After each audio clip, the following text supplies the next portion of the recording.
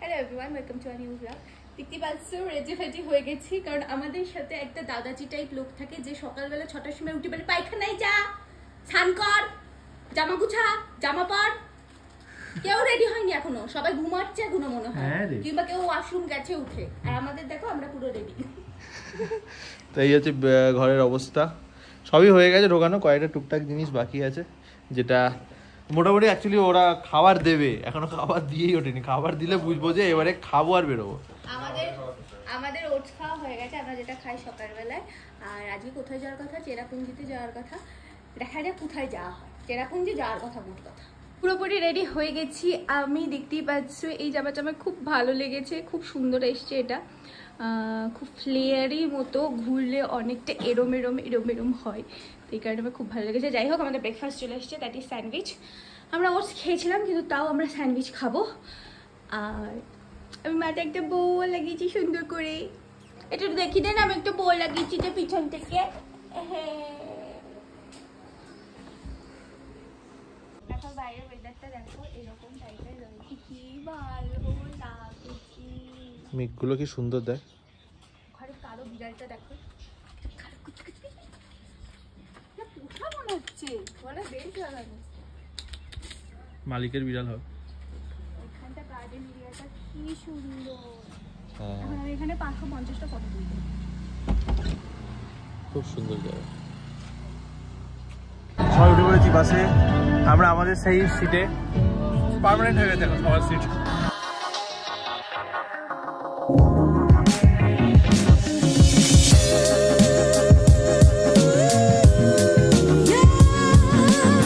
আমরা এখন নেমেছি ম্যাডক ভিউ পয়েন্টে। নাথিং স্পেশাল লাগছে, কালকে যা দেখেছিলাম তার থেকে অ্যাকচুয়ালি না, মানে যদি এইরকম একটা মাঠ মতো হয় সেইখানে আমরা নামি, এরকম ব্রিজের ওপর থেকে দেখতে না সেই মজাটা লাগে না, কিন্তু তাও ভিউটা অসাধারণ দেখাচ্ছে তোমাদেরকে। This is the view. এই যে মেঘগুলো আসছে, এটাই মেন ব্যাপার। এই যে এখান দিয়ে জিপলাইনটা দেখতে পাচ্ছ, এটা দিয়ে মৃন্ময়দা ভাবছে যাবে, কিন্তু ওয়াইফ বলছে না, যাওয়ার দরকার নেই, ওয়েটটা অনেকটা বেশি, কোনো দরকার নেই। সিরিয়াসলি এটা দিয়ে যেতে গেলে মানে ওইখান দিয়ে আবার বাঞ্জি জাম্পিং হয়।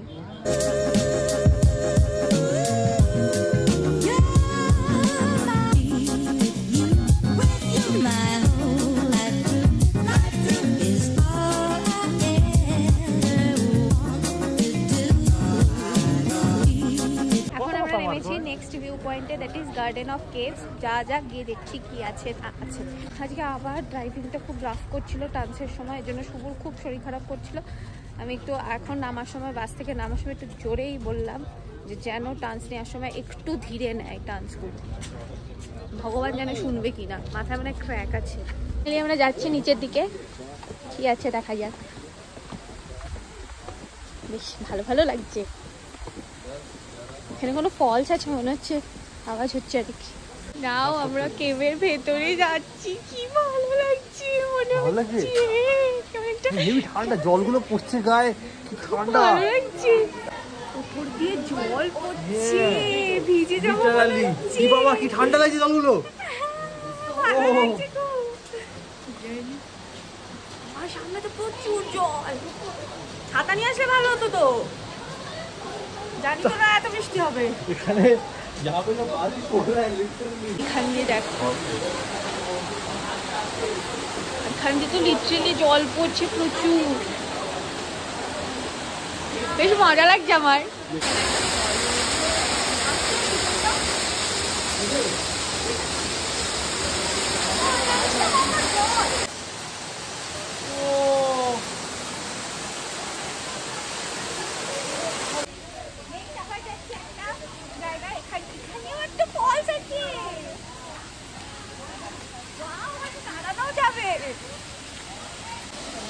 এখানে এসেও ঠান্ডা জলে নেমে পড়েছি, আর জলটা খুব ঠান্ডা। আর ওইখানটায় দাঁড়িয়ে আবার ফটো তুলবো, কারণ ওইখানটা ঝর্ণা জল। This is quite concerning. বাবা রে বাবা, হ্যাঁ একদম পুরো মাথায় একবারে এরকম করে যেতে হবে।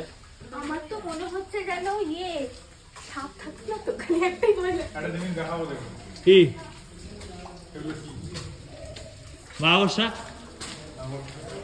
মাকড়সার জাল জলের সাথে লম্বা হয়ে গেছে। এখান দিয়ে পুরো সাইড দিয়ে জঙ্গল আর কেমন ঝিঝি পোকার ডাক হচ্ছে, শুনতেই পাচ্ছ পুরো ফরেস্ট ভাইব, তার মধ্যে এরকম রাস্তা হেভি লাগছে। আর একটা ছোট্ট ওয়াটারফল মতো, ওরা ওইখান দিয়ে ঘুরে যাচ্ছে, এখান দিয়ে চলে যাওয়া যায় কিন্তু ওরা এইভাবে ঘুরে যাবে। আমি আর যাচ্ছি না, মাথায় জল পড়ছে।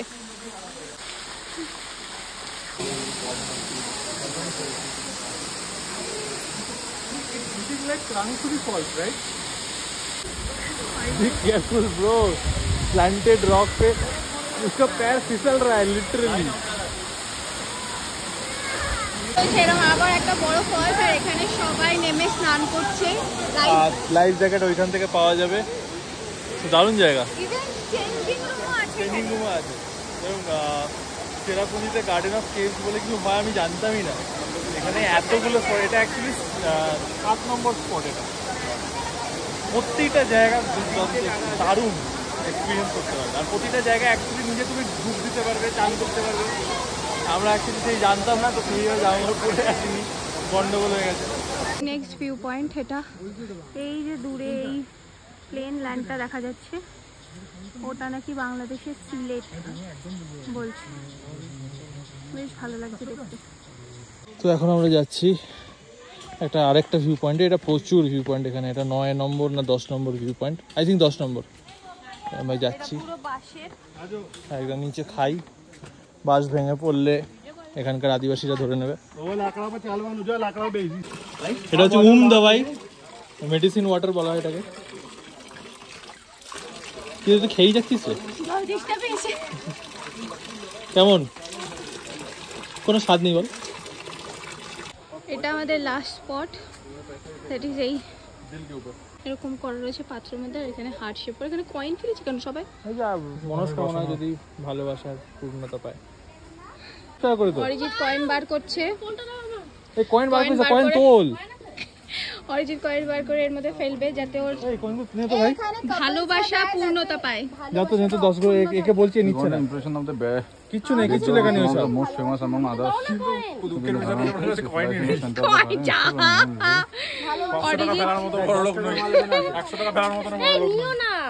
ফাইনালি পেয়েছে ওর ভালোবাসা পূর্ণ করার জন্য একটা কয়েন। ইয়ো দেখছিল। এখন এখানে মাঝে একটা জায়গায় দাঁড়িয়ে খেতে আসা হয়েছে লাঞ্চের জন্য। লাঞ্চে আমরা নিয়েছিলাম এগ থালি যথারীতি, ডাল ছিল, এগ কারি আছে, একটা সবজি আছে, পাঁপড় আছে, আর আলু সেদ্ধ ছিল। আর এখান থেকে ভিউটা খুব সুন্দর। আমরা যে সেই যে খেলাম, খেয়ে তারপর খেয়ে দিয়ে উঠে শুভর আরও শরীর খারাপ হয়ে গেল। শুভ ঠিক করলো যে যেহেতু এরপর ওরা যেই ভিউ পয়েন্টে যাবে সেই রাস্তাতেই আমাদের হোটেল পড়বে, তাই ও ডিসাইড করলো যেটা আমরা হোটেলেই নেমে যাই, আর যাবো না। তো ও নেমে গেল জন্য আমরাও নেমে গেলাম। কিন্তু অরিজিৎ গেছে, আমি বলেছি অরিজিৎকে একটু ভিডিও করে আসতে, ওগুলো আমি ক্লিপগুলো অ্যাড করে দেবো, দিয়ে ভয়েস ওভার দিয়ে দেবো, তোমরা দেখতে পাবে আর কোথায় কোথায় গেছিলো ওরা। তো চলো এবার হোটেলটা দেখাই। তো এইটা হচ্ছে মৌসুমাই কেভ, আমরা তো যাইনি, তো অরিজিৎ গেছে। তো এই দেখো তোমরা ভিডিওটা এবার কেমন ভেতরটা।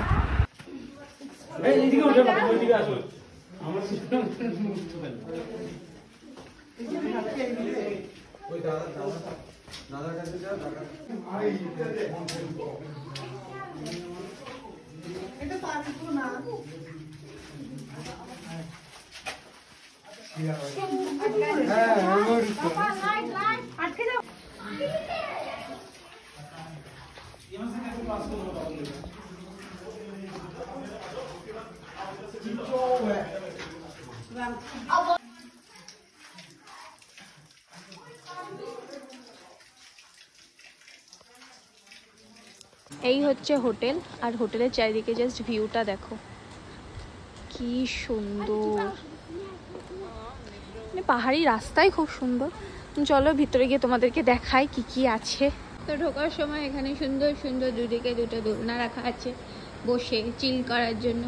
রিসেপশন এরিয়া এটা, এখান থেকে কতগুলো ছোট ছোট জিনিস রাখা হয়েছে, এগুলো বিক্রি হবে মানে কিনলে। এখানে হচ্ছে খাওয়ার জায়গা,